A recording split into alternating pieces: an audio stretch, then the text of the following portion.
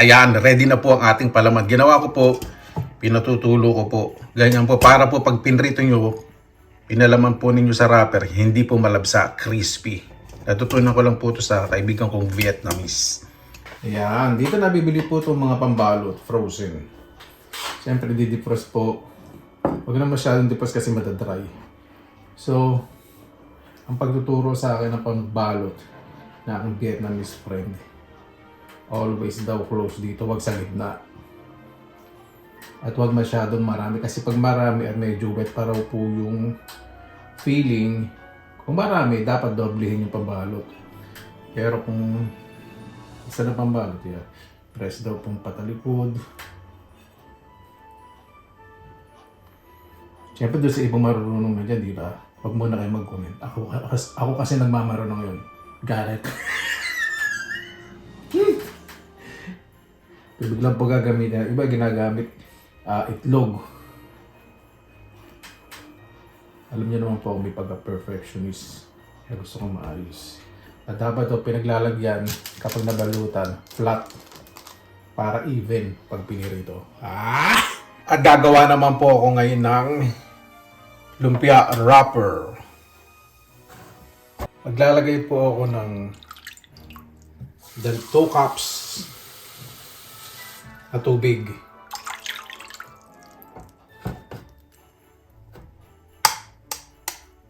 Lagay po tayo ng isang itlog. At i-beat po natin ito ng maayos. Lagay po tayo ng 1 cup all-purpose flour. Haluin lang po natin itong mabuti hanggang smooth. Maglalagay pa po ako ng isang itlog kasi maliit yung itlog na nakalagay ko eh. Malilit lang po yung nabili ko itlog oh. Kung big, kung malaki po yung itlog po ninyo, ibig sabihin gagamitin ninyo. Yan. Okay na okay po yun. Gagamitin ko po non-stick frying pan. Kung wala po kayo ganito, okay din po yung kawali po sa Pilipinas. Kailangan po medium heat. Huwag po masyadong mainit. Tansyahin po ninyo yung kapal, depende po sa inyo.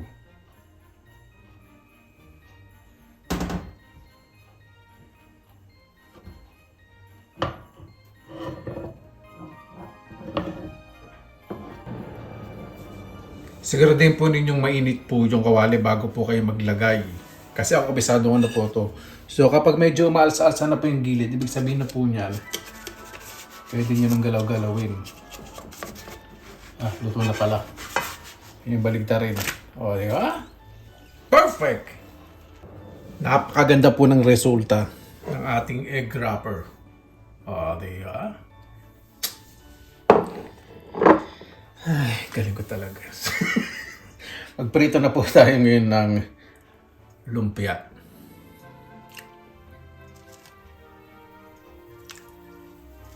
Pag nagpiprito po ako nitong lumpia, hindi ko po masyadong ginagamitan ng tong kasi nadudurog yung balat. Mamaya pakikita ko po sa inyo technique para hindi po masira ang balat. Dahil nagpiprito po ako dito sa non-stick, kaya ingat-ingat din po. Hindi naman po kailangan magprito kayo sa non-stick.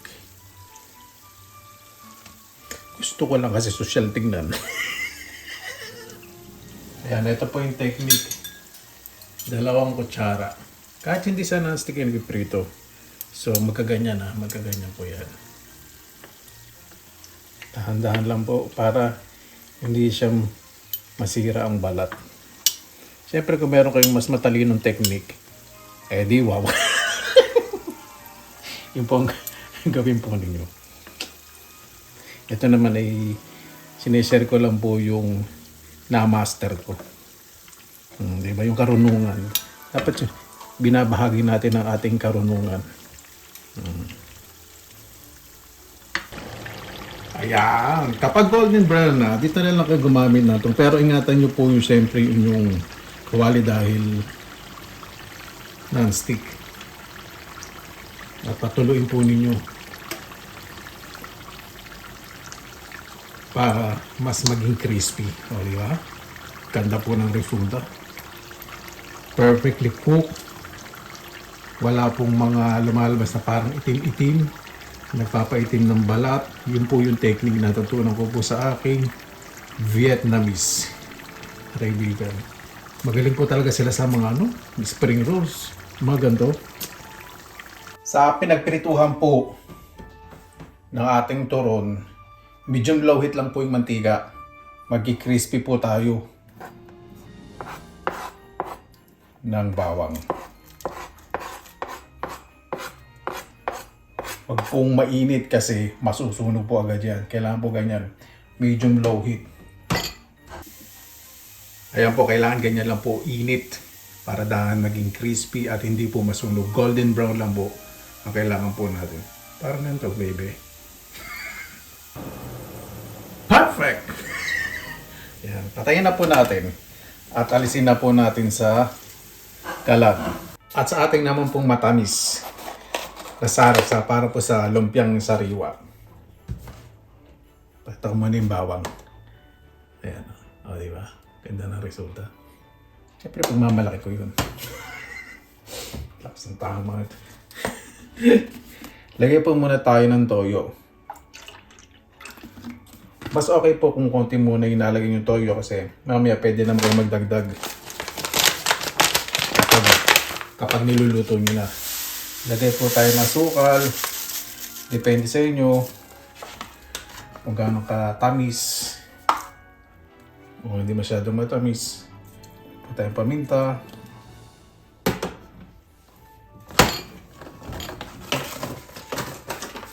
Bawang.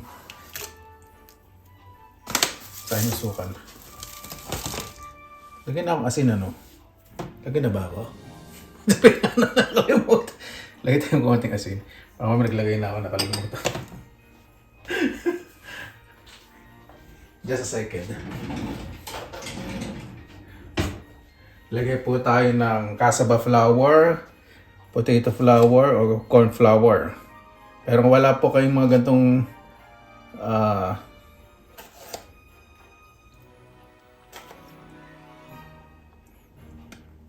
mga harina, pwede po yung all-purpose flour. Mix lang po natin ng maayos hanggang matunaw po yung asukal na walang gas-gas. Kailangan po ay tunaw na tunaw.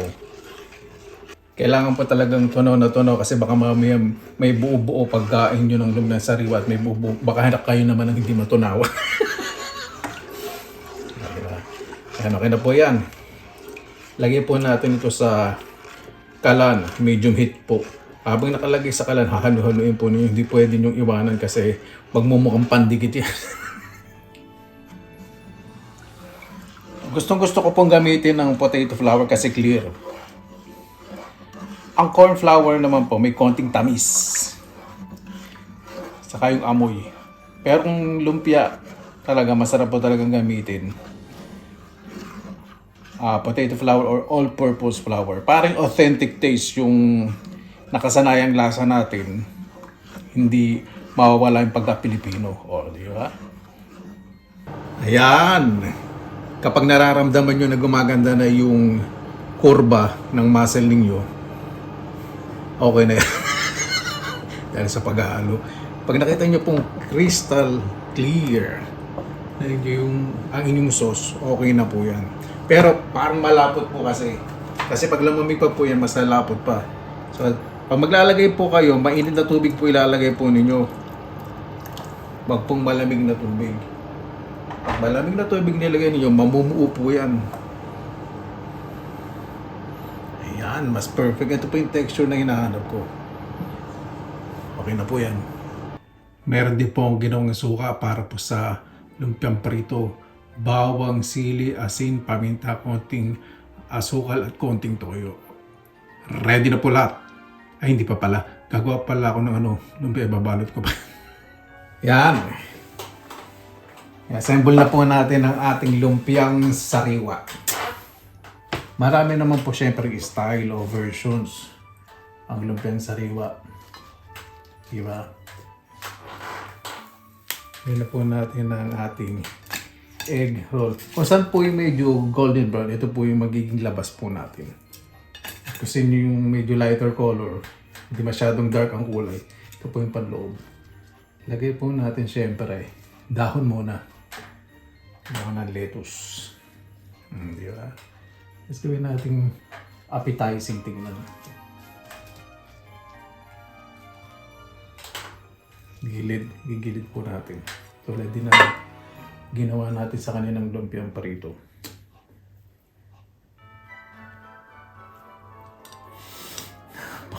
Napakasarap. Sobrang namimiss ko po kasi ito eh. Okay? Then roll po natin. Baluktot po natin itong kabila. Diin lang po natin ng diin. At taran! Ulit-ulitin ko po, tatapusin ko lang po yung ibang pambalot. Yan! Lagyan na po muna natin ng sauce. Ang ating lumpiang sariwa. Napakabango, amoy na amoy ang bawang.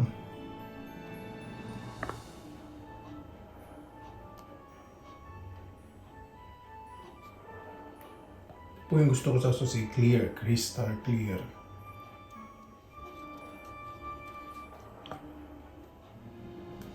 Damihan natin ang sauce, mas masarap.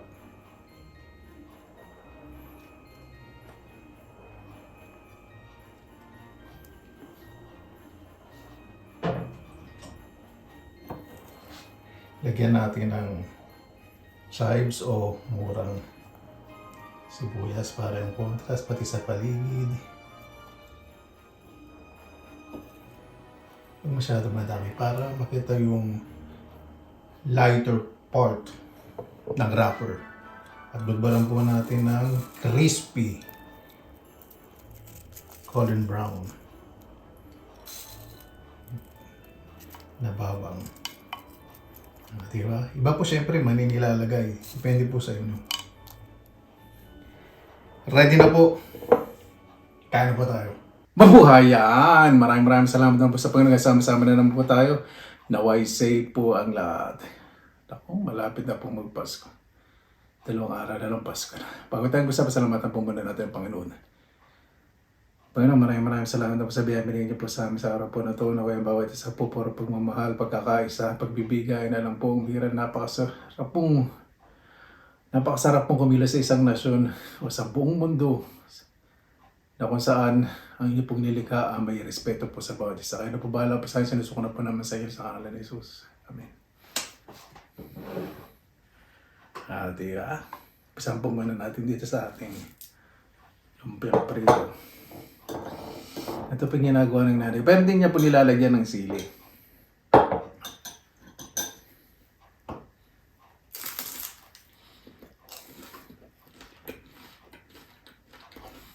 Hop.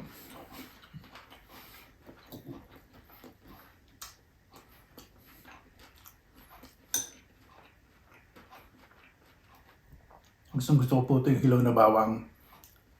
Kasi may konting pitig na anghang. Lutong.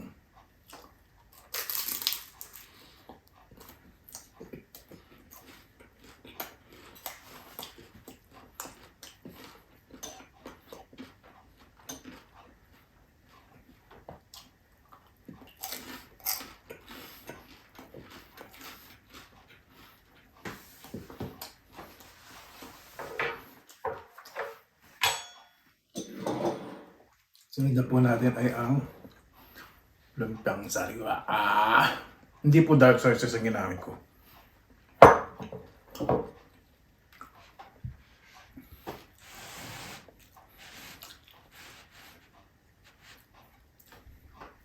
Ito natin. Yan.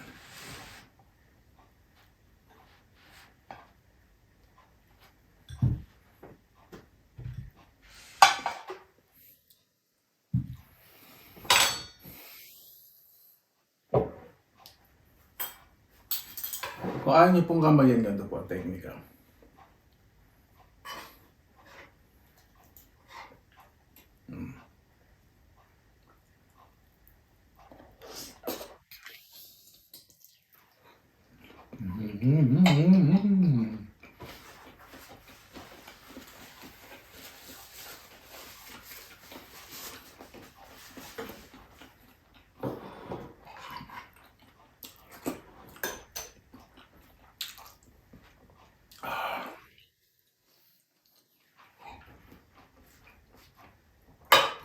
Napakasarap.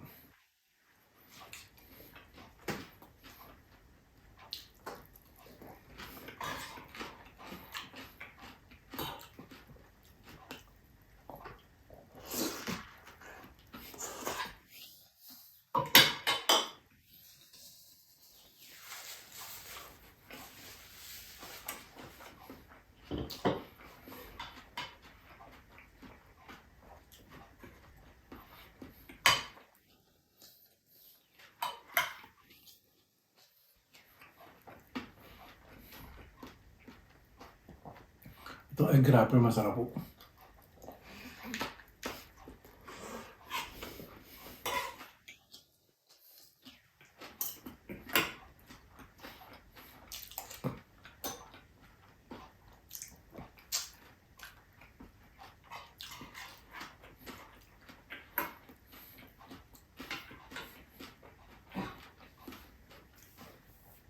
Huwag niyo na po pansinin masyado. Huwag niyo na pansinin yung buhok ko masyado.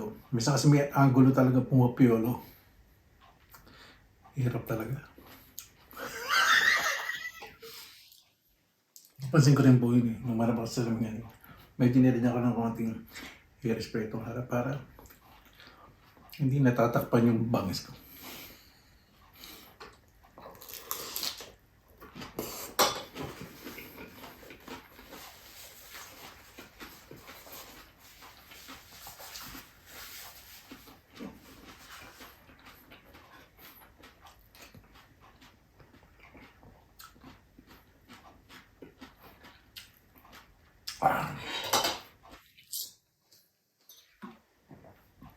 Napakasarap.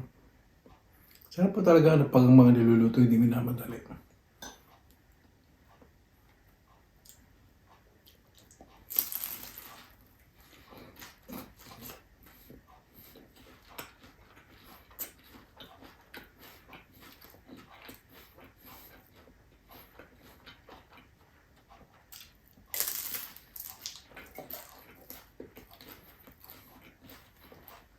Pagkakain po ako ng lumpiang prito, gusto po talaga may kamote.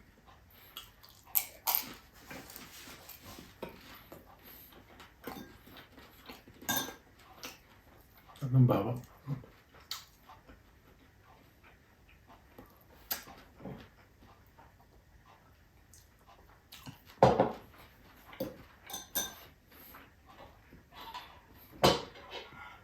Sarap po na ganito pag hindi kakain na kain, tapos ganito.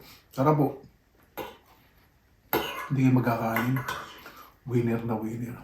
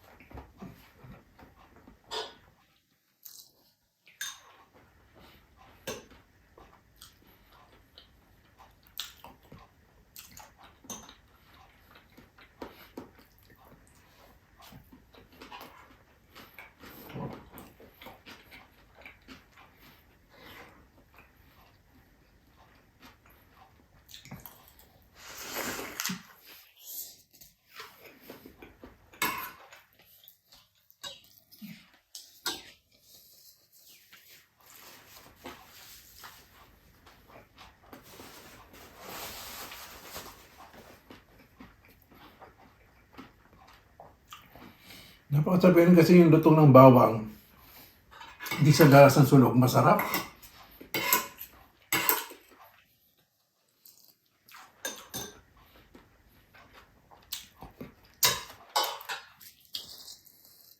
Bibigyan ko po yung finished mother ko. Gusto niya po yun. Malapit na Pasko. Magpapahaba ako ng papel.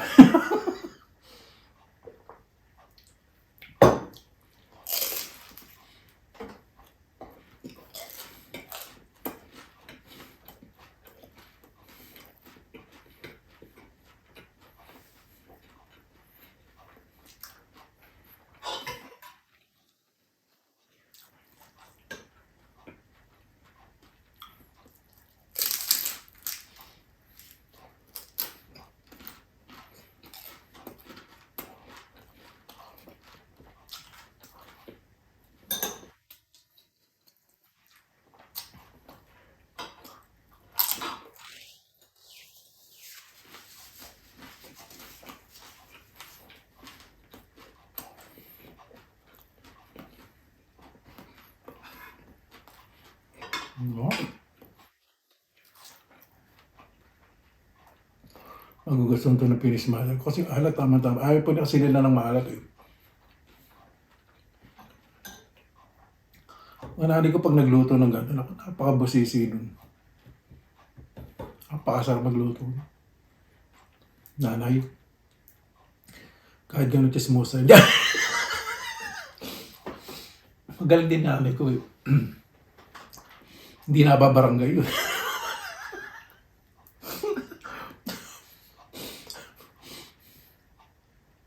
Hindi naman po kasi tumatambay sa mga tindahan para mapag-chismis. Siya dinadalhan. O, di ba?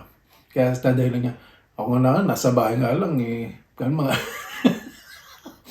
labi na ay, oh, ang 22 kahapon. Sweldo ko. Tumawag papa ko kanina. Ganda ng ngiti ni nanay.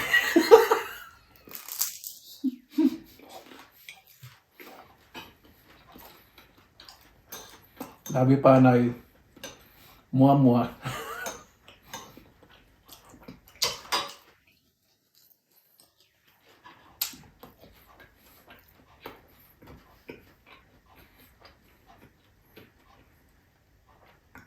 Ang natutulog pong sa bahay ko sa Pilipinas, si ate po. Yung mga apat ko pong kapatid, si ate Mabik.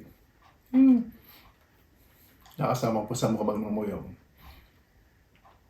Gustong gusto niyo daw po kasi nakita niyo yung naramdaman yung peace of mind. Talaga naman ipagtahimik po talaga, di ba?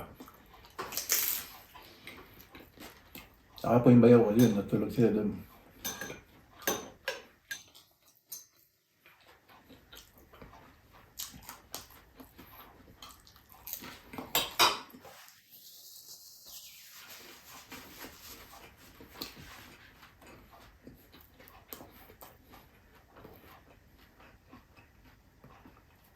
Pag kumain po ako nito, halimbawa nagprito ako. Kasi yung laman po ng pambalot, 40 pieces, 4 na po.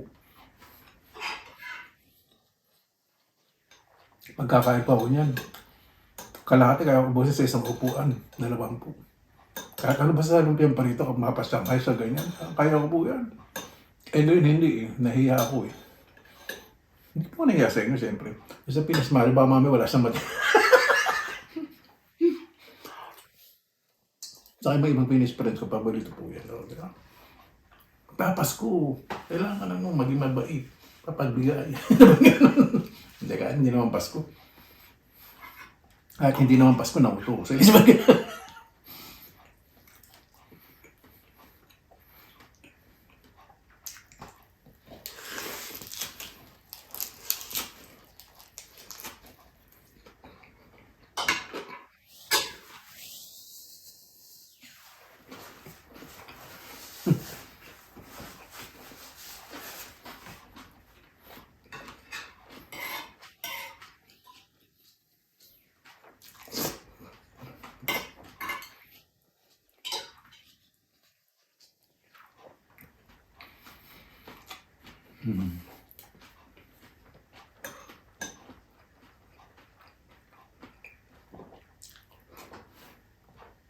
Ang lahat po nitong ginawa ko ng kwenta, di ba? Nakita niyo naman kasi yung cooking pan ko, laki.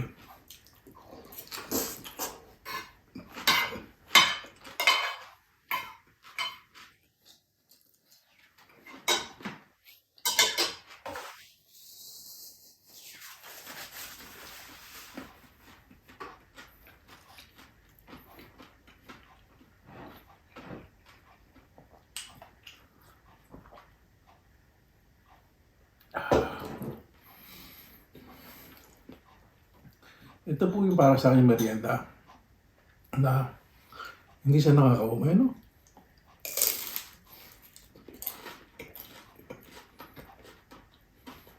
Lalo na kung may lugaw o sotanghon. Lugaw lalo.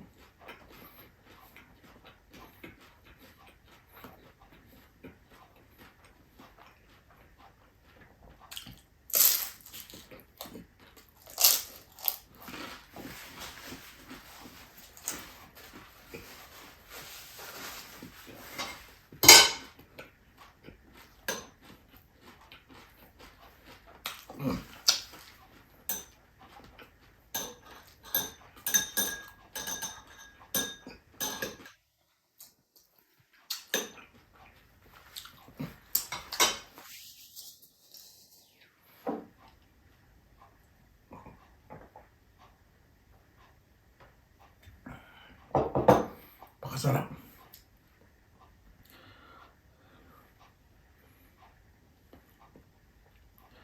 Paano po bago tayo po, pasalamatan po muna natin ng Panginoon.